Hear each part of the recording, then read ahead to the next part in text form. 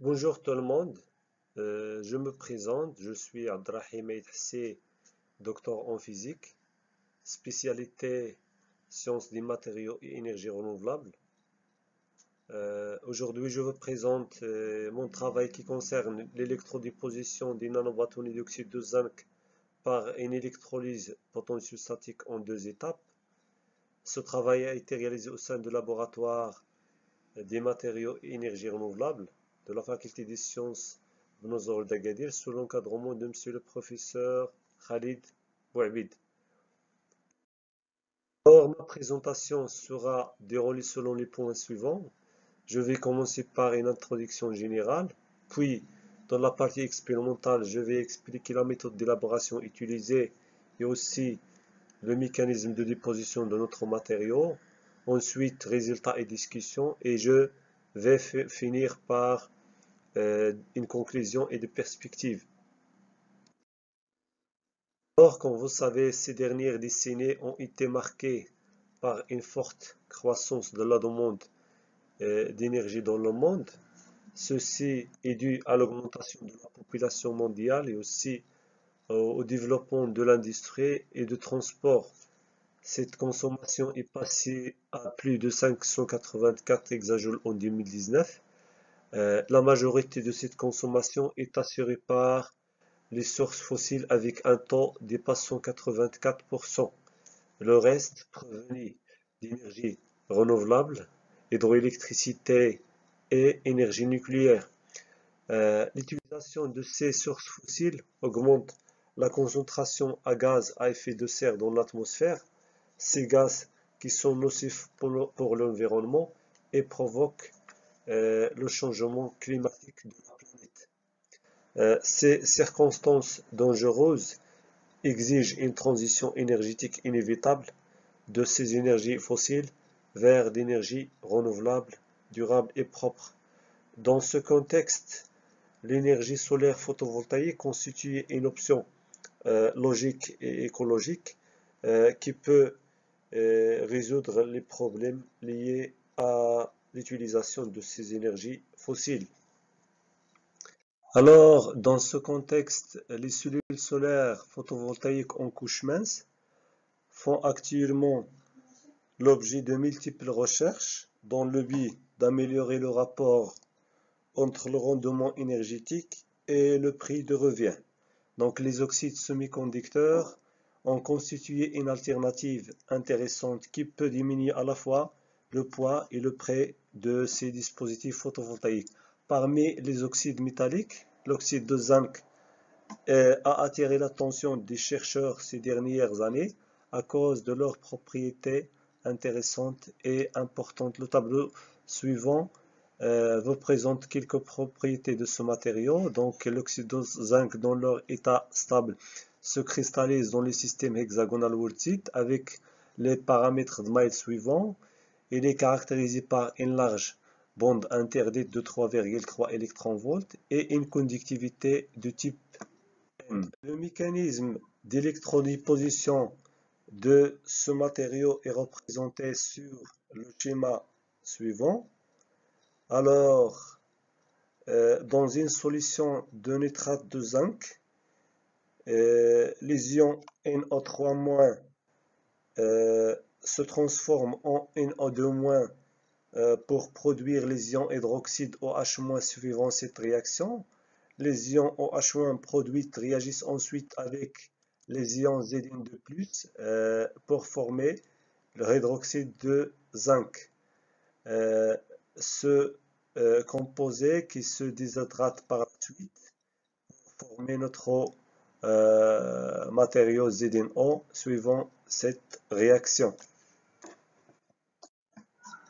Concernant la partie expérimentale, nous avons utilisé la croissance électrochimique, l'électrodéposition, grâce à la facilité de sa manipulation.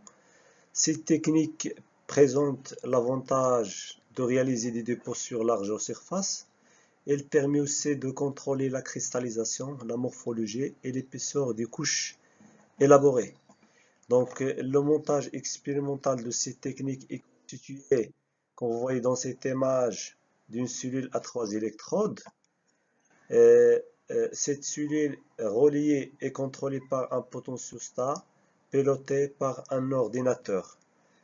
Tous les substrats doivent être nettoyés avec de l'acétone, l'éthanol et de l'eau distillée avant chaque dépôt. Alors, avant de déposer nos films, nous avons réalisé premièrement une étude sur la voltammétrie cyclique.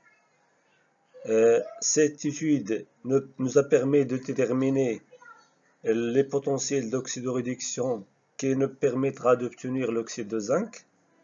Donc, comme vous voyez dans cette figure, la courbe voltammétrique présente une zone de réduction dans la gamme de moins 0,8 à moins 1,3.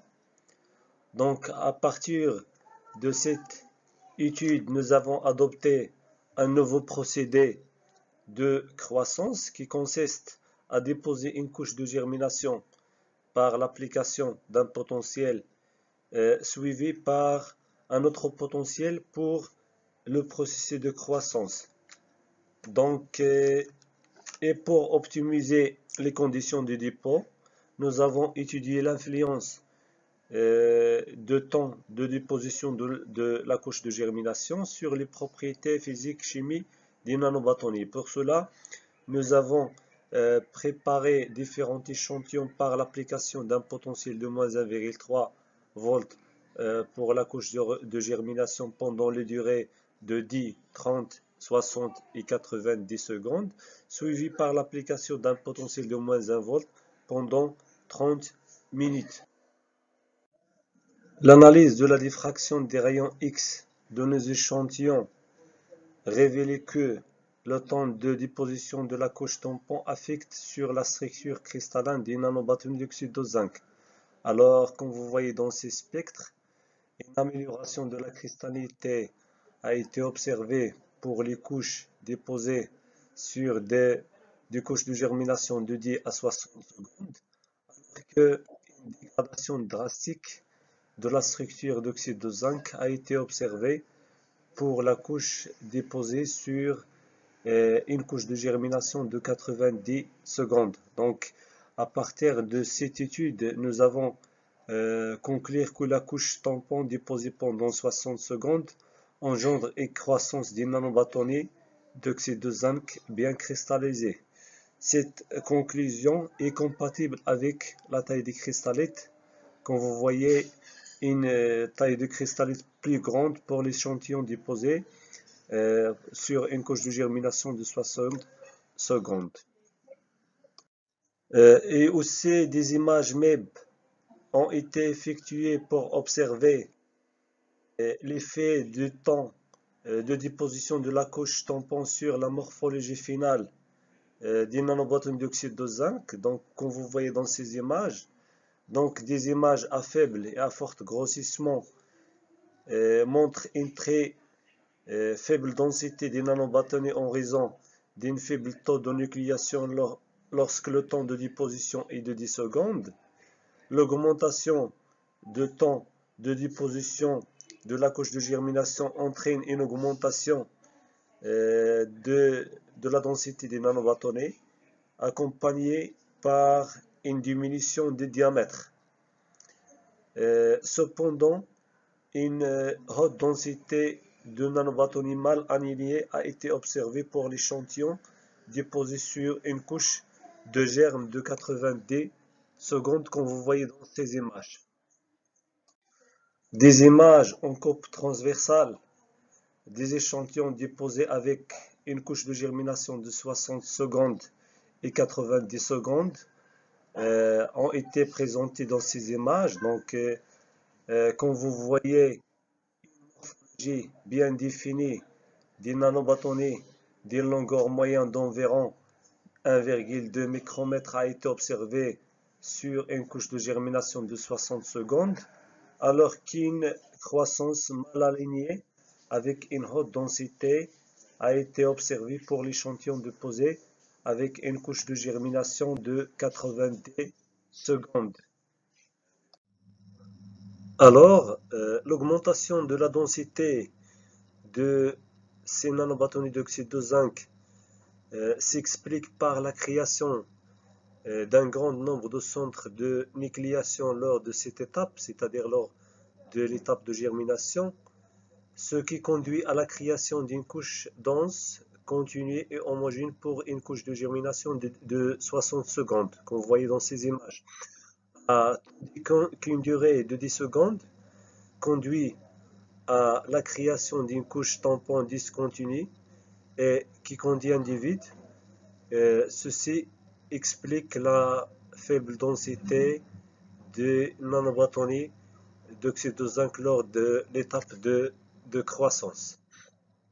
On passe maintenant à la caractérisation optique. Donc nous avons effectué des mesures de la transmittance pour nos échantillons. Donc comme vous voyez, les spectres de la transmittance montrent une transmittance supérieure à 80% dans le domaine visible pour tous les échantillons.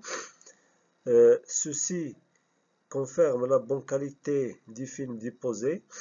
Nous avons calculé aussi les énergies de gap des échantillons synthétisés en utilisant la formule de TOC. Donc il s'avère qu'il se situait autour de 3,2 et 3,25 électronvolts. Ces valeurs qui sont en bon accord avec les valeurs trouvées dans la littérature. Nous avons effectué aussi des caractérisations électrochimiques, à savoir l'analyse de Mochotsky et l'analyse de Photocoran. Ces deux méthodes nous permettent de savoir le type de la conductivité de nos échantillons. Elle permet aussi d'estimer la densité des porteurs de charge. Alors, comme vous voyez dans l'analyse de Mochotsky, tous les échantillons présentent des pentes positives, ce qui montre que toutes les couches minces d'oxyde de zinc sont des semi-conducteurs de type N. La confirmation de type de la conductivité est effectuée aussi par les mesures de photocourant, que vous voyez dans ces spectres, des photocourants anodiques pour tous les échantillons, ce qui confirme toujours la conductivité de type N. Nous avons estimé aussi la densité de porteurs de charge, qui est de l'ordre de 10 à la puissance 20. Ces valeurs qui sont en bon accord avec ceux rapportés dans la littérature. L'échantillon déposé avec une couche de germination de 60 secondes présente des propriétés photoélectrochimiques importantes et intéressantes. Et pour conclure, donc, dans cette étude, nous avons bien réussi l'élaboration et la caractérisation des couches à base de nanostructures d'oxyde de zinc par voie électrochimique, c'est-à-dire par l'électrodéposition. Nous avons obtenu des couches minces stables d'oxyde de zinc de type N par l'électrodéposition en utilisant un nouveau processus. Les résultats montrent que les échantillons déposés avec la couche de germe de 60 secondes a une bonne cristallinité et une orientation préférentielle dans la direction 0,02. La couche tampon déposée sur un potentiel électrochimique de moins 1,3 volts pendant 60 secondes engendre une croissance des nanobâtonnets d'oxyde de zinc bien alignés de haute densité et une réponse photoélectrochimique remarquable. Donc, ce résultat constituait une contribution très importante dans le domaine de l'amélioration des performances des couches photovoltaïques élaborées par voie électrochimique. Et comme perspective d'avenir, donc il nous reste encore à élaborer des cellules solaires en utilisant les couches d'oxyde de zinc, élaborées dans ce matériau et aussi d'améliorer les propriétés électrochimiques et électriques par des dopages adéquats. Et merci pour votre attention.